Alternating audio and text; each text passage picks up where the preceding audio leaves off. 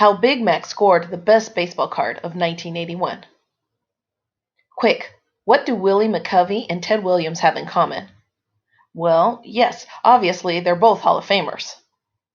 And, okay, they were both left-handed sluggers who spent plenty of time in the less demanding defensive outposts of the diamond. And if you spend a lot of time studying baseball's biggest numbers, you might also know that each man finished his career with exactly 521 home runs. And for the even more obscurely tuned, you could remember that Williams and McCovey were the first two players to hit home runs in each of the 4 different decades. Those are pretty remarkable similarities and will forever link Teddy Ballgame and Stretch. But there is a bond that's even more important to baseball card collectors like you and me. Raiding Topps coffers. You might remember that Williams bolted the friendly confines of his Topps contract in 1958 to sign an exclusive contract with Flear. The 1959 Topps would-be competitor produced an 80-card set of nothing but the splendid Splinter, creating one of the hobby's most sought-after scarcities in the process. Then in 1960 and 1961, Flear produced 2 series of baseball greats and included Williams each time. The last of those was the final regular issue card of Williams' long career, and he retired at the end of the 1960 season. This afforded collectors a capstone card that Topps would have never produced, because the old gum company didn't do retired players. Look back through the catalog of Topps cards and you'll find superstar after superstar whose last cards are missing stats from their final seasons. Little changed in this regard over the next 20 years, and Topps entered their post-Monopoly years without the strength of a last-year Willie McCovey card. The original Big Mac had retired in July of 1980, and so was well beyond the scope of consideration for inclusion in the 1981 Topps set.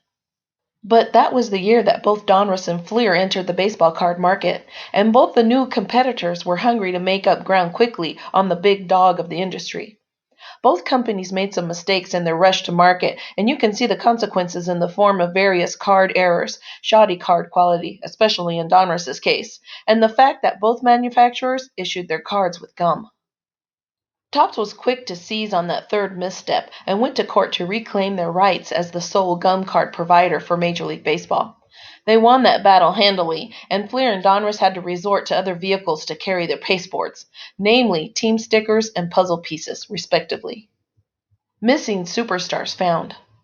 The scramble for market share did lead to some wins for the upstarts, though. For instance, Donruss issued the first solo card of Montreal Expos speedster Tim Raines. Flear missed him completely, while Topps regulated him to one of those multiplayer Future Stars cards.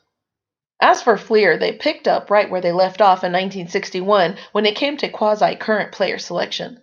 In particular, they didn't fetter themselves with hard and fast rules about when a player was too old or too retired for inclusion in their maiden reboot. And the main beneficiary of this egalitarian approach, aside from collectors ourselves, was none other than Willie McCovey. Even though he had been gone from the game for nearly 9 months by the time 1981 Flear cards debuted, there he is on card number 434. It's a beauty, too, featuring a fit-looking McCovey kneeling for the camera in his orange San Francisco Giants uniform, with a blurry spring training activities proceeding in the background. The Flear cardstock is the best of 1981, too, thick and white.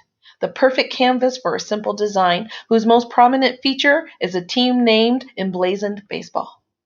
And on the back of the card, you get McCovey's complete career record, including those final 48 games with the 1980 Giants that produced his splinter-tying 521st home run.